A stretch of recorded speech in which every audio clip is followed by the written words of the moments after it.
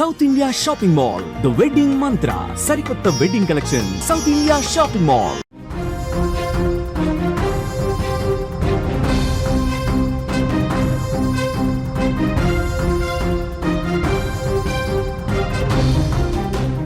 Breaking news చూస్తున్నాం. తుపాకీతో మేము మిమ్మల్ని కాల్ చేస్తాం, మీరు మాత్రం మా ప్రాణాలు కాపాడటానికి నీళ్ళివ్వండి.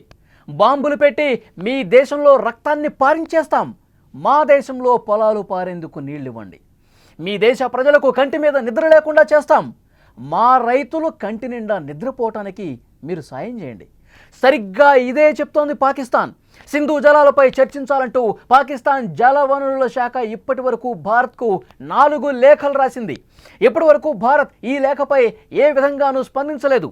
పాకిస్తాన్ దిక్కు లేక ప్రపంచ బ్యాంకు దగ్గరకు కూడా వెళ్ళింది. వాళ్ళు కూడా చేతులెత్తేయడంతో పాకిస్తాన్ రైతుల పరిస్థితి తీవ్రంగా దుర్భరంగా మారిపోయినటువంటి పరిస్థితి. సింధు జలాల నిలిపివేత పాకిస్తాన్లో తీవ్ర కరువుకు దారితీస్తోంది. జీలం, సింధు నదులపైన ఉన్న ప్రాజెక్టుల్లో ఉన్న నీరు క్రమంగా తగ్గిపోతోంది. జీలం నదిపైన ఉన్న మంగళం డ్యాంలో నీరు 50% తగ్గిపోయింది. ఇటు సింధు నదిపైన ఉన్న టర్బేలాలో కూడా అదే పరిస్థితి. విజువల్స్లో చాలా స్పష్టంగా చూడొచ్చు. ఆ ప్రాజెక్టులో నీళ్లు ఏ విధంగా అడుగంటిపోతున్నటువంటి పరిస్థితి ఉంది. ఇదంతా చూసి పాకిస్తాన్ వెన్నులో వణుకు మొదలైంది. భారత్ ఇటువైపు బగ్లిహార్ సలాల్ డ్యాంల గేట్లు కూడా మూసివేసింది. సింధు జలాల వినియోగంపై భారత్ కొత్త ప్రాజెక్టులు డిజైన్ చేస్తోంది. 200 కిలోమీటర్ల పొడవైన కాలువ నిర్మించి సింధు జలాలను యమునా నదితో అనుసంధానం చేయాలని కేంద్రం భారీ ప్రాజెక్టు రూపకల్పన చేస్తోంది. బియాస్ నదీ జలాలను 130 కిలోమీటర్ల కాలువ తవ్వి గంగా నదిలో కలిపే ఆలోచన కూడా చేస్తోంది. ఇలాంటి చర్యలన్నీ కూడా వడివడిగా తీసుకుంటున్నటువంటి నేపథ్యంలో పాకిస్తాన్లో భయం కనిపిస్తోంది. ఎందుకంటే పాకిస్తాన్ ఎలాంటి ప్రగల్భాలు గతంలో పలికిందో మనకు తెలుసు. ఎప్పుడైతే మనం సింధు జలాల అమలును ఆ ఒప్పందాన్ని నిలిపివేశామో అప్పటి నుంచి కాళ్ల బేరానికి వస్తుంది. ఇప్పటికే 4 లేఖలు రాసిందంటే జలాల కోసం ఎలాంటి భయం ఉంది, భవిష్యత్తు పట్ల ఏ రకమైనటువంటి బెంగ ఉందో మనకు అర్థమవుతుంది. సో భవిష్యత్తు పరిణామాలు ఏ విధంగా ఉంటాయో కూడా మనం డిస్కస్ చేసే ప్రయత్నం చేద్దాం. న్యూస్ రూమ్ నుంచి ఎడిటర్ తిరుమల్ లైవ్లో జాయిన్ అయ్యారు, వారితో మాట్లాడదాం. తిరుమల్, మనం పరిస్థితి చూస్తూ ఉన్నాం. పాకిస్తాన్ లిటరల్గా మన కాళ్ళబేరానికి రావడానికి రీజన్ అదే. జలాలు లేకపోతే వాళ్ళు పూర్తిగా 80% పాకిస్తాన్ అనేది ఒక ఎడారిగా మారిపోయే పరిస్థితి ఉంటుంది. రైతులు ఇక వాళ్ళ పంటలు పండించుకోవడం సంగతి దేవుడు ఎరుగు, తాగటానికి నీళ్లు కూడా దొరకని పరిస్థితి. సో ఇప్పుడు ఏం జరగబోతుంది? ఈ 4 లేఖల తర్వాత ఇంకొన్ని లేఖలు కూడా పాకిస్తాన్ నుంచి వచ్చే అవకాశం ఉంది. జలాలు ఇవ్వండి ఇవ్వండి అని చెప్పి కాళ్ళు పట్టుకుంటారు. కానీ భారత వ్యూహం ఏ విధంగా ఉండే ఛాన్స్ ఉంది? పాకిస్తాన్ ఎప్పుడైతే పహల్గామ్ దాడి జరిగిందో పహల్గామ్ దాడి మొత్తం పాకిస్తాన్కు అతిపెద్ద శాపంగా మారిందని చెప్పాలి. పహల్గామ్ దాడి తర్వాత భారత ప్రభుత్వం తీసుకున్న కీలకమైన నిర్ణయాల్లో సింధు నదీ జలాల ఒప్పందం రద్దు. 1960లో జరిగిన ఈ ఒప్పందం ప్రపంచ బ్యాంకు 2 దేశాల మధ్య ఒప్పందాన్ని కుదిర్చింది. ఈ ఒప్పందాన్ని భారతదేశం రద్దు చేసుకుంది. అయితే ఇప్పుడు పరిస్థితి ఏంటంటే, ఎప్పుడైతే ఒప్పందాన్ని రద్దు చేసిందో భారత ప్రభుత్వం, ఆ ఒప్పందాన్ని రద్దు చేసిన వెంటనే భారతదేశం ఇండియా నుంచి పాకిస్తాన్ భూభాగంలోకి పారుతున్న ఏదైతే చినాబ్, జీలం, సింధు ఈ ఇండస్ వాటర్ టెరిటరీ ఉందో ఈ నదులన్నింటినీ కంట్రోల్ చేసింది. దీంతో పాకిస్తాన్లో ఇంకా చెప్పాలంటే సింధు నదిలో నీళ్లు పాకిస్తాన్లోకి వెళ్ళిన తర్వాత పూర్తిగా అడుగంటిపోయే పరిస్థితి కనిపిస్తుంది. సింధు నది జలాల్ని ఇప్పటికైతే భారతదేశం కొంతవరకు మళ్లించే ప్రయత్నం చేసింది. మన దగ్గర ఉన్న బగ్లిహార్, సలాల్ డ్యామ్ని ఇప్పటికే క్లోజ్ చేసింది. ఇటు చినాబ్ నది కావచ్చు, జీలం నది కావచ్చు పాకిస్తాన్లో ప్రవహించలేని పరిస్థితిలో ఉన్నాయి.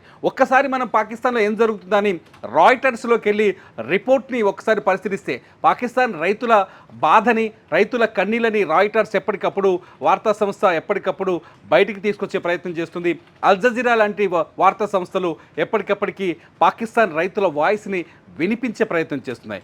ఏదైతే జీలం నది మీద ఉందో, జీలం నది మీద ఉన్న మంగళం డ్యామ్, మంగళ డ్యామ్ అని ఒకటి ఉంది జీలం నది మీద. ఇది పాకిస్తాన్ పంజాబ్ ప్రావిన్స్లో ఉంది. ఈ నది దాదాపు 50% నీళ్లు అడుగంటిపోయాయి, నీళ్ళు లేక. రెండోది వచ్చేసి టర్బెలా, ఇది నేరుగా సింధు నది పైనే ఉంది. ఈ టర్బెలా డ్యాంలో కూడా 50% నీళ్లు అడుగంటిపోయాయి. దీంతో పాకిస్తాన్ రైతులు తీవ్రమైన ఆందోళన ఉన్నారు. నిజానికి ఇక్కడ ఒక పాయింట్ గుర్తు చేసుకోవాలి. ఒకవేళ సింధు నదీ జలాల రద్దు జరగకపోయినప్పటికీ కూడా పాకిస్తాన్లో పంజాబ్ సింధు ప్రావిన్స్ల మధ్య నదీ జలాల పంపిణీ విషయంలో తీవ్రమైన గొడవ జరుగుతుంది. పంజాబ్లో 3 కోట్ల ఎకరాలకు పాకిస్తాన్ నీళ్లు ఇస్తుంది. సింధులో దాదాపు 1 కోటి ఎకరాలకు నీళ్లు ఇవ్వాల్సి ఉన్న ఇవ్వట్లేదనే గొడవ జరుగుతుంది. ఇప్పటికే సింధు ప్రావిన్స్లో అక్కడి హోంమంత్రి ఇంటిని తగలబెట్టారు రైతులు.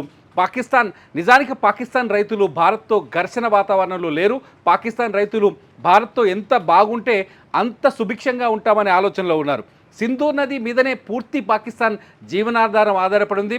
పాకిస్తాన్ జీడిపిలో వ్యవసాయం నుంచి దాదాపు 20% వస్తుంది. వ్యవసాయంలో చాలా కీలకమైన పంటలు గోధుమ, అట్లాగే వరి, అట్లాగే చెరకు చాలా అట్లాగే పత్తి, ఇటువంటి చాలా కీలకమైన పంటలు ఈ సింధు ప్రావిన్స్లో అంటే సింధు నది పరివాహక ప్రాంతాల్లో వస్తాయి. ఇప్పుడు నీళ్లు ఆగిపోవటం వల్ల రైతులకి అక్కడ కన్నీళ్లు తప్ప ఇంకేమీ మిగలేదు. ఇప్పటికే పాకిస్తాన్ జలవనరుల శాఖ దాదాపు 4 సార్లు భారత ప్రభుత్వానికి విజ్ఞప్తి చేసింది సింధు నదీ జలాలపైన కూర్చొని మాట్లాడుకుందామని. భారత ప్రభుత్వం చాలా స్పష్టంగా చెప్తుంది, నీళ్లు రక్తం ఒకే చోట పారవు, నీళ్లు రక్తం ఒకే చోట పారకపోవడం భారతదేశం ఎట్టి పరిస్థితుల్లో అంగీకారం తెలియజేయదు అని చాలా స్పష్టంగా చెప్పింది. ఇప్పటికే విదేశాంగ శాఖ కూడా ఉగ్రవాదం పైన ఎప్పుడైతే మాట్లాడుతుందో, పాకిస్తాన్ ఎప్పుడైతే ఉగ్రవాదం పైన మాట్లాడుతుందో, భారతదేశం చెప్పిన ఉగ్రవాదుల్ని పట్టిస్తుందో అప్పుడు చర్చలకు సిద్ధమని చెప్తుంది. అంతేకాదు పీఓకే పైన కూడా చర్చ జరగని చెప్తుంది. ఇది రెగ్యులర్గా జరుగుతున్న విషయమే. కాకపోతే చాలా స్పష్టంగా పాకిస్తాన్ సింధు నది జలాల కోసం ప్రపంచ దేశాల కాళ్ళు పట్టుకుంటుంది. ఆఖరికి వరల్డ్ బ్యాంక్ దగ్గరికి వెళ్ళి కూడా వరల్డ్ బ్యాంక్ దగ్గర కూడా ప్రపోజల్ తీసుకెళ్ళింది. వరల్డ్ బ్యాంక్ కూడా చేతులు ఎత్తేసింది, మేము ఏమీ చేయలేము ఈ విషయంలో అని చెప్పేసి. దీంతో పాకిస్తాన్ రైతులకు భవిష్యత్తు కనిపించట్లేదు. పాకిస్తాన్ రైతులకు పంటలు పండే వాళ్ళ పొలాలు ఎండిపోవడం ఖాయంగా కనిపిస్తుంది. నిజంగా చెప్పాలంటే ఇది వర్షాకాలం, ఋతుపవనాలు వస్తున్న ఈ సందర్భంలో కూడా పాకిస్తాన్లో తీవ్రమైన కరువు కనిపిస్తుంది. ముఖ్యంగా కనీసం తాగడానికి కూడా నీళ్లు లేని పరిస్థితి. ఒక విషయంలో క్లారిటీ ఇవ్వండి. పాకిస్తాన్ గనక ఇంకా కొంత మొండి వైఖరిలోనే ఉంది, ఇంకా మన మీద వ్యతిరేక భావంతోనే ఉంది, ప్రగల్భాలు పలుకుతోంది. మన దేశానికి సంబంధించి ఇక మొదటి నుంచి అదే ఉద్దేశంతో ఉంది. అయితే ఇప్పుడు సింధు జలాలకు సంబంధించి ఈ అమలును ఒకవైపు నిలిపివేస్తూ భవిష్యత్తులో కూడా ఈ జలాల్ని మన దేశ అవసరాల కోసమే వాడుకునే విధంగా కొన్ని ప్రాజెక్టుల రూపకల్పన కూడా చేస్తోంది. భవిష్యత్తులో ఇక పూర్తిగా సింధు జలాల నుంచి ఒక్క చుక్క కూడా నీరు రాని పరిస్థితి ఉంటే అప్పుడు పూర్తిగా మన కాళ్ళ మీద పడే పరిస్థితి ఉంటుందా? మీరు ఏ కండిషన్స్ అయితే పెడతారో వాటిని మేము ఒప్పుకుంటున్నాం, అంతర్జాతీయ ఉగ్రవాదులు మీకు అప్పగిస్తాం, అదేవిధంగా మీరు ఏం కోరుకున్నా సరే అది చేయటానికి మేము సిద్ధంగా ఉన్నాం, మాకు మా ప్రజలు ముఖ్యం, మా రైతులు ముఖ్యం. ఇలాంటి పరిస్థితి పాకిస్తాన్లో ఉండే అవకాశం ఉందా భవిష్యత్తులో? మొదటి నుంచి కూడా ప్రపంచ దేశాలు చాలా స్పష్టంగా ఎక్స్పెక్ట్ చేస్తుంది ఏంటంటే పాకిస్తాన్కి భారత్కు మధ్య పీఓకే కోసం యుద్ధం జరగదు. పీఓకేని ఎప్పటికైనా భారత్ స్వాధీనం చేసుకుంటుంది, ఎప్పటికైనా పాకిస్తాన్ వెనక్కి జరిగిపోతుంది. కానీ పాకిస్తాన్కి భారత్కి మధ్య జరగబోయే అతిపెద్ద యుద్ధం ఏదైనా ఉందంటే అది జల వివాదమే అవుతుంది. సింధు నదీ జలాల కోసమే జరుగుతుందని ప్రపంచం మొత్తం ఎక్స్పెక్ట్ చేస్తుంది. గతంలో అమెరికా కూడా ఇదే వ్యాఖ్యానం చేసింది. ఐక్యరాజ్య సమితిలో కూడా ఇటువంటి చర్చ జరిగింది. నేను ఐక్యరాజ్య సమితిలో కూడా పాకిస్తాన్ భారత్ సింధు జలాల్ని ఆపడం దుర్మార్గమని మాట్లాడుతూ వచ్చింది. అప్పుడు నోరు మూసుకోమని భారత ప్రతినిధి పాకిస్తాన్కి గట్టిగా యుఎన్లో చాలా స్పష్టంగా హెచ్చరికలు జారీ చేశారు. ఇదంతా చూస్తుంటే పాకిస్తాన్ ఎప్పటికైనా వాళ్ళ దేశంలో పాకిస్తాన్లో సుభిక్షంగా ఉండాలంటే, పాకిస్తాన్లో పంటలు పండాలి అంటే, పాకిస్తాన్లో వ్యవసాయం ముందుకు వెళ్ళాలి అంటే ఖచ్చితంగా భారతదేశం అడిగిన 2 పనులు చేయాలి. ఒకటి పీఓకే నుంచి వెనక్కి వెళ్లాల్సి వస్తుంది, పీఓకే పైన చర్చలకు రావాల్సి వస్తుంది. రెండోది వచ్చి ఉగ్రవాదం పైన ఖచ్చితంగా పాకిస్తాన్ చర్చించాలి. పాకిస్తాన్ దగ్గర ఉన్న తీవ్రమైన ఉగ్రవాదుల్ని, ప్రపంచానికే ముప్పుగా ఉన్న తీవ్రమైన ఉగ్రవాదుల్ని భారత్కు పట్టించాలి. ఉగ్రవాదాన్ని కూకటి వేలతో పేల్చిపడేయాలి. నిన్న ఐక్యరాజ్య సమితి వ్యాఖ్యానించింది, పాకిస్తాన్లో ఉన్న ఉగ్రవాదాన్ని తుడిచిపెట్టాల్సిన బాధ్యత పాకిస్తాన్కే ఉందని. నిజంగా దొంగ చేతికి తాళాలు ఇచ్చినట్టు అనమాట. పాకిస్తానే ఉగ్రవాదాన్ని ప్రోత్సహిస్తుంది. అటువంటి పాకిస్తాన్కి ఉగ్రవాదాన్ని తుడిచిపెట్టమని, ఉగ్రవాదాన్ని అంతం చేయాల్సిన బాధ్యత పాకిస్తాన్కు ఉందని చెప్పడం కొంత ఆశ్చర్యాన్ని కలిగిస్తుంది. ఇకపోతే ఏదైతే సింధు జలాన్ని కట్టడి చేయాలని భారత్ నిర్ణయించిందో, 1960లో జరిగిన ఒప్పందాన్ని రద్దు చేసుకుందో, భారత్ ఇమ్మీడియట్గా కొన్ని ప్రాజెక్టులకి రూపకల్పన చేస్తుంది. ముఖ్యంగా బియాస్ నది ఒక పాయ గంగా నదిలో కలుస్తుంది.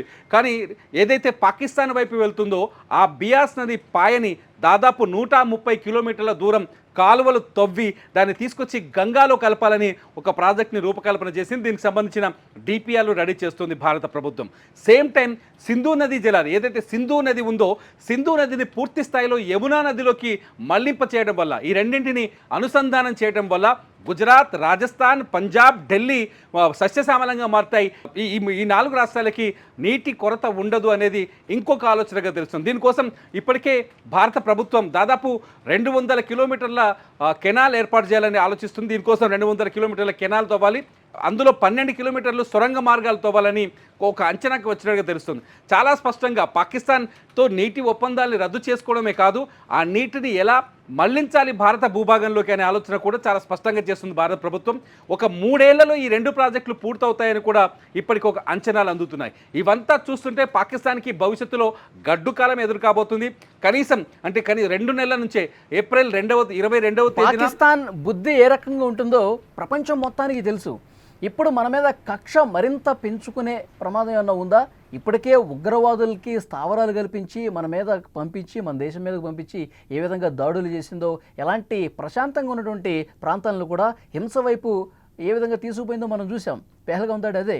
ఇప్పుడు ఈ సింధు నదీ జలాల మీద మనం గట్టిగా పట్టుబడి ఉంటే, ఇంకా కొత్త ప్రాజెక్టులు అక్కడ మనం నిర్మాణం తలపెడుతున్నటువంటి నేపథ్యంలో దీన్ని మనసులో పెట్టుకున్నటువంటి పాకిస్తాన్ మరింత ఉగ్రవాదుల్ని మన దేశం మీదకు ఉసిగొల్పి కక్ష తీర్చుకునేటువంటి పరిస్థితి, అలాంటి ప్రయత్నాలు ఏమి చేయదా? అంటే ఇప్పటిదాకా చేస్తుంది పాకిస్తాన్ అదే కదా. అన్ని రకాల ఒప్పందాలు ఉన్నప్పటికీ సిమ్లా ఒప్పందం ఉంది, 2 దేశాల మధ్య ఎటువంటి ఉద్రిక్త పరిస్థితులు ఉండొద్దు, బార్డర్ దాటొద్దు, ఒక దేశపు అంతర్గత భద్రత విషయాలు ఇంకో దేశం జోక్యం చేసుకోకూడదు అని సిమ్లా ఒప్పందం ఉంది. ఆ సిమ్లా ఒప్పందాన్ని మొన్న రద్దు చేస్తూ పాకిస్తాన్ ప్రకటించింది. ఏం జరిగింది? భారతదేశంలో హింసను సృష్టిస్తూనే వస్తుంది పాకిస్తాన్.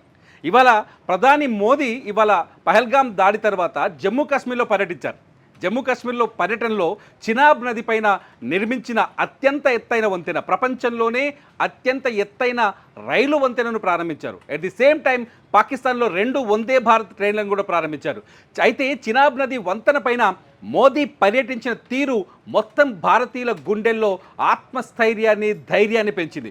మోదీ చేతిలో త్రివర్ణ పతాకం, 3 రంగుల జెండా చేతిలో పట్టుకొని దాన్ని అలా ఆకాశంలో అలా ఊపుతూ ముందుకు నడుస్తున్న తీరు పాకిస్తాన్కి ఒక మౌన హెచ్చరికని, భయంకరమైన హెచ్చరికని జారీ చేసినట్టు తెలుస్తుంది. మోదీ ప్రతి సభలో ఇప్పుడు చెప్తున్నారు, పాకిస్తాన్ ప్రజలకి నేరుగా హెచ్చరికలు జారీ చేస్తున్నారు.